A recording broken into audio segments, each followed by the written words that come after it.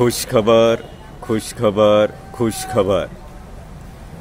कोळे गावामध्ये राष्ट्रीय स्वयंसेवक संघाचे संस्थापक डॉक्टर केशव बळीराम हेडगेवार यांच्या नावाने सन 1990 साली डॉक्टर हेडगेवार चौक कोळे असा नामफलक तयार करण्यात आलेला होता। या नाम फलकाचे रस्ता रुंदीकरणामध्ये थोडंसं स्थलांतर झालेलं होतं, परंतु ग्रामपंचायत कोळे तसेच सन्माननीय सदस्य,